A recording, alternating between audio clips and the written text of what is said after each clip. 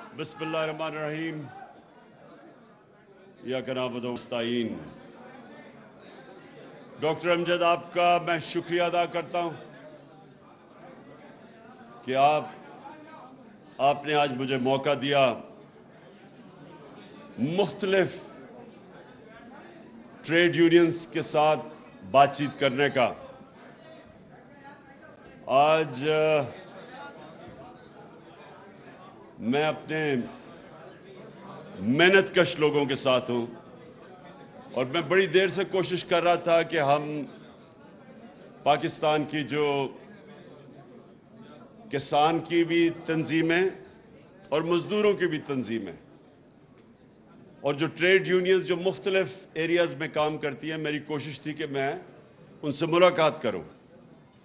اور میں کیوں ملاقات کرنا چاہتا تھا، میں آپ کو آج مختصر پہلے اپنا وجہ آپ کی ملاقات کی بتاؤں گا اور اس کے بعد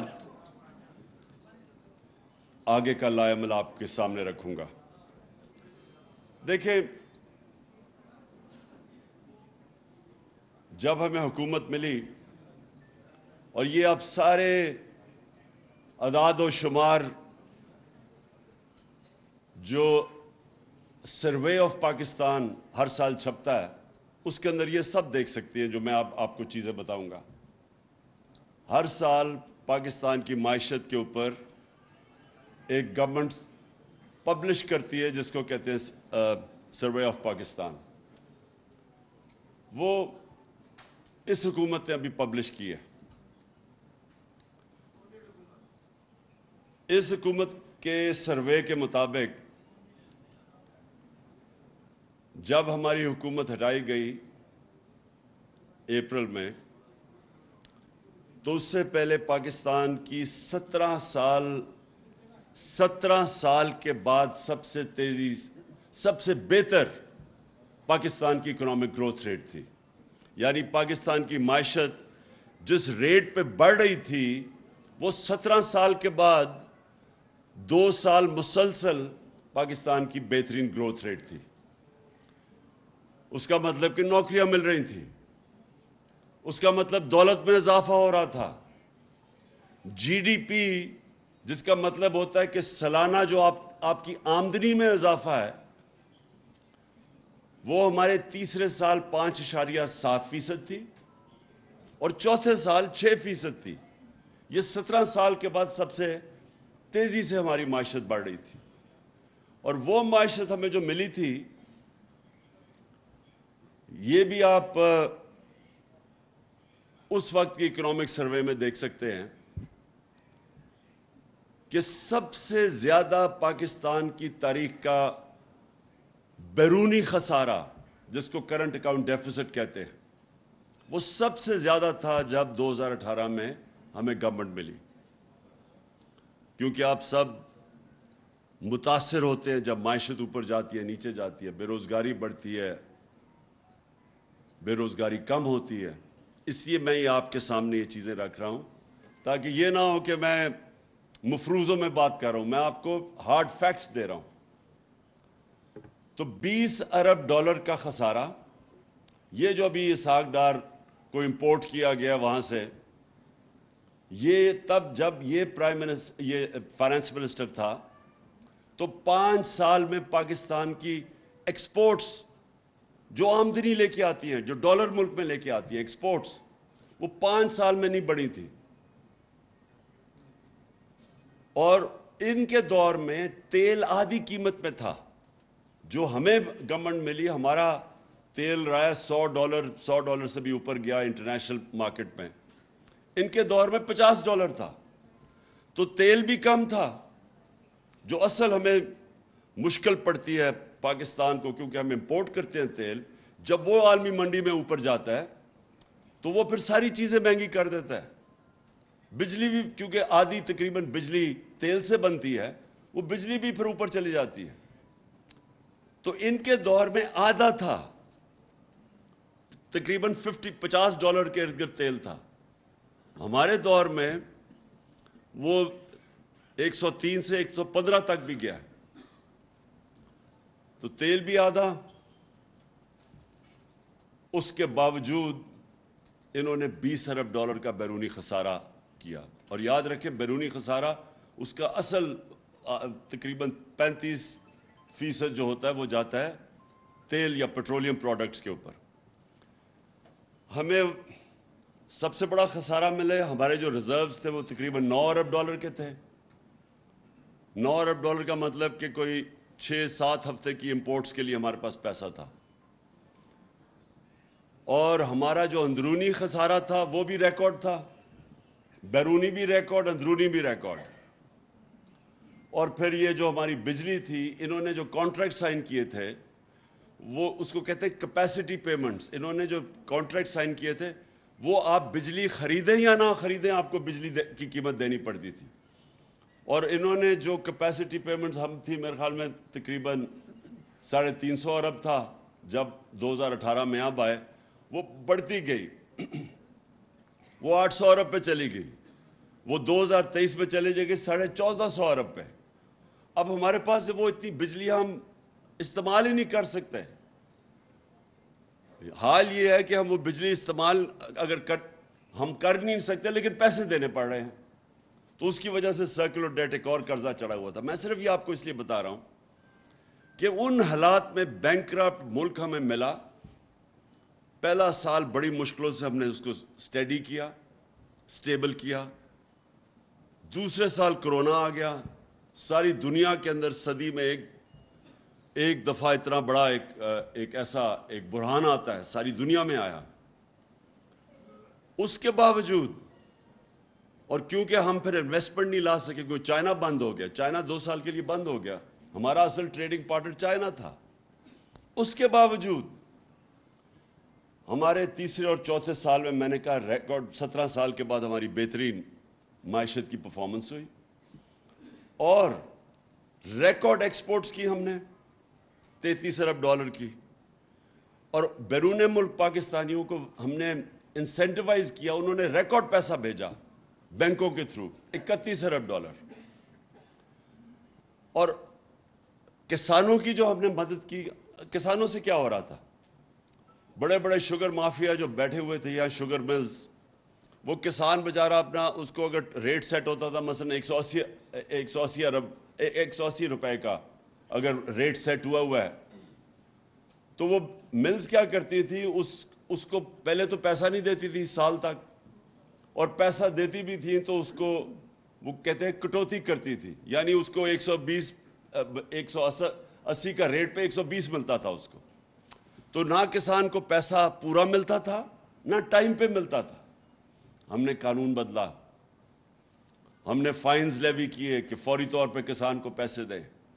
ہم نے انشور کیا کین کمشنر نے کہ پورے پیسے دو اس کو جو کسان کو. پہلی دفعہ کسانوں کے پاس پیسہ آنا شروع ہوا. جب کسان کے پاس پیسہ, اور بھی ہم نے ایک پورا ایگریکلچر ریفارم پیکج دیا. اس سے کیا ہوا, جب کسان کے پاس پیسہ آنا شروع ہوا اس نے اپنی زمین پہ لگایا. تو آخری 2 سال 4 مین جو ہماری فصلیں تھیں ان کی ریکارڈ پیداوار ہوئی, بمپر کراپس ہوئی 4, کیونکہ کسان کے پاس پیسہ آیا. تو ہمارا ایگریکلچر سیکٹر بھی بڑھ رہا تھا. ہماری industry, large scale manufacturing industry, کتنے سالوں کے بعد 11.5% گروتھ ریٹ اس کی ہوئی. تو اس لیے لارج سکیل مینوفیکچرنگ جب ہوئی, مزدوروں, ہماری ورلڈ بینک کہتا ہے کہ ہمارا سارے برے صغیر میں سب سے زیادہ روزگار پاکستان نے دیا اس ٹائم پہ. کرونا کی وجہ سے بے روزگاری بڑھی. آئی ٹی جو فیوچر ہے پاکستان کی ٹیکنالوجی, آپ کو یہ سمجھنا چاہیے کہ دنیا اب ٹیکنالوجی کی طرف جاری ہے. بہت بڑا ایک ریولوشن ہے ٹیکنالوجی کی. تو ٹیکنالوجی میں ہم بالکل ہی ہم آگے بڑھ نہیں رہے تھے. ہندوستان جس نے 2000 میں اس کی 1 ارب ڈالر ایکسپورٹ تھی ٹیکنالوجی آئی ٹی کی, اس کی آج 140 ارب ڈالر ایکسپورٹ ہے. تو پاکستان کی وہی پھنسی ہوئی تھی. تو ہم 75% ہم نے اپنی ایکسپورٹس انکریز کی آئی ٹی, کیونکہ ہم نے ان کی اس سیکٹر کی بھی مدد کی. پھر اسمال اور میڈیم انڈسٹری جدھر سب سے زیادہ روزگار ملتا ہے ان کے لیے ہم پورا انسینٹیوائز ان کی ریگولیشن کم کر رہے تھے جو رکاوٹیں تھیں, ایز آف ڈوئنگ بزنس اس کو کہتے ہیں, تاکہ روزگار ملے لوگوں کو. اس وقت جب ملک اوپر جا رہا تھا,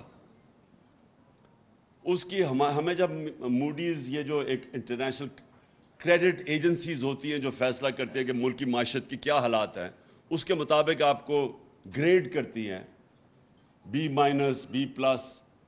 تو ہم جب آئے تھے موڈیز میں بھی B- تھی, وہ ہم نے اس کو سٹیبل کروایا. ہمارا فیٹف کے اندر گرے لسٹ پہ تھے, وہ ہماری کاوشوں سے وہ ہم فیٹف کی گرے لسٹ سے نکلے, کیونکہ یہ سب نقصان کرتی ہے اپنی معیشت کو. اس کے بعد میں یہ بتا رہا ہوں کہ یہ جو بات کرتے ہیں نا کہ پاکستان کا بڑا برا حال تھا جب انہوں نے اکانومی سنبھالی ہے, تو اس کے علاوہ ہم نے 3 بڑی ڈیمز شروع کی پاکستان میں 50 سال کے بعد.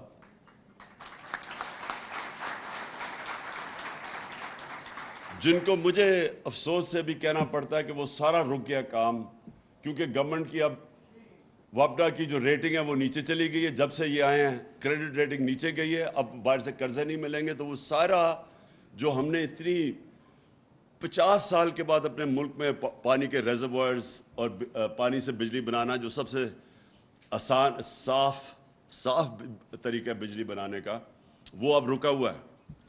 تو ہم نے وہ کیا. پھر ہم نے پہلی دفعہ یہ جو موسم کی تبدیلی, جس کو جو ایک بہت بڑا دنیا میں مسئلہ آ رہا ہے, یہ جو سیلاب آ رہے ہیں, موسم اب آپ بتا نہیں سکتے, کبھی زیادہ بارشیں ہو جاتی ہیں, کبھی خشک سالی آ جاتی ہے. تو وہ جو ہم نے پہلی دفعہ پاکستان میں کسی نے کیا, ہم نے جو 1 ارب درخت پہلے پختونخوا میں لگایا, اب 10 ارب درخت کا, جو دنیا نے اکنالج کیا, یہ انٹرنیشنلی اکنالج ہے. اس کے علاوہ میں صرف آپ کو بتانا چاہتا ہوں کہ یہ ملک سے کتنا بڑا جرم ہوا ہے کہ وہ جو گورنمنٹ یہ مشکل سے ملک کو نکال کے, بینکرپٹ ملک کو کرونا کے باوجود جو اوپر لے کے جا رہی تھی. اور پھر یہ بھی میں آپ کو ابھی بتا دوں, ہمارے اوپر 2 فائن ہوئے تھے, 2 کرپشن کیسز ہوئے تھے. ایک کارکے کا, رینٹل پاور کا, وہ پاکستان کو 250 ارب روپے کا فائن ہو چکا تھا. اور پھر اس سے بھی بڑا, جو سب سے بڑا تھا, ریکوڈیک, وہ بھی پاکستان کے کیس فائن ایوارڈ ہو چکا تھا, اور وہ پتہ نہیں تقریباً 2000 ارب کا تھا. دونوں ہماری حکومتوں نے, ہم نے ان کو ریزالو کیا. ہم نے پہلے سیٹل کیا کارکے کا, میں نے ترکی کے پریزیڈنٹ اردوغان سے بات کر کے تو ہم نے وہ ختم کیا. اور پھر ہمارے دور پہ نیگوسیشنز میں ریکوڈیک, جو کہ بالکل پاکستان کو, جس طرح میں نے کہا, اتنا بڑا وہ 2000 ارب کا فائن پاکستان تو برداشت ہی نہیں کر سکتا تھا, وہ ہم نے سیٹل کیا. اس وقت انہوں نے سازش کر کے گورنمنٹ گرائی. اور گورنمنٹ کیوں گرائی؟ انہوں نے کہا جی بہت مہنگائی ہو گئی ہے. مہنگائی جناب پاکستان میں, مہنگائی مارچز کر دی, اور پتہ نہیں وہ 3-4 لانگ مارچز کر دی مہنگائی کے اوپر. مہنگائی کیا تھی؟ میں بار بار کہتا گیا کہ یہ عالمی مہنگائی ہے, اور اس کے باوجود پاکستان دنیا میں سب سے سستا ملک تھا. ہم نے جو ڈیزل اور پٹرول ہم نے نیچے رکھا ہوا تھا. ہم پہلا ملک تھے جس نے سبسڈائز کیا. ہم نے اور جگہ سے پیسے نکالے اپنے ڈیولپمنٹ فنڈ سے. ہم نے ریکارڈ ٹیکس اکٹھا کیا, اس ٹیکس سے ہم نے اس کو سبسڈائز, جو ہمیں فگرز دی ہوئی تھی. ہم بھی آئی ایم ایف کے پروگرام میں تھے. یہ کہتے ہیں نا جی آئی ایم ایف کی وجہ سے سارے مسئلے ہوئے, ہم تو آئی ایم ایف کے ساتھ 2.5 سال تھے, ہم بھی آئی ایم ایف کے پروگرام میں تھے. اس کے باوجود ہم نے پٹرول اور ڈیزل سارے بر صغیر میں سب سے سستا پاکستان میں تھا, ہم نے سبسڈائز کیا ہوا تھا. ہم نے بجلی 16 روپے یونٹ تھی, ہم نے اس کے اوپر بھی 5 روپے سبسڈی دی ہوئی تھی. تو انہوں نے کیا کیا, کہا کہ جناب یہ مہنگائی روکنے کے لیے آئے ہیں. 50 سال میں آج سب سے زیادہ مہنگائی ہے پچھلے 5 مہینوں میں. 50 سال میں اتنی مہنگائی نہیں ہوئی. سارے مہنگائی کے ریکارڈ ٹوٹ گئے ہیں. اور تو اور چھوٹے جو سیدھی آٹا جو عام آدمی کا, وہ دگنی ہو گئی ہے اس کی قیمت.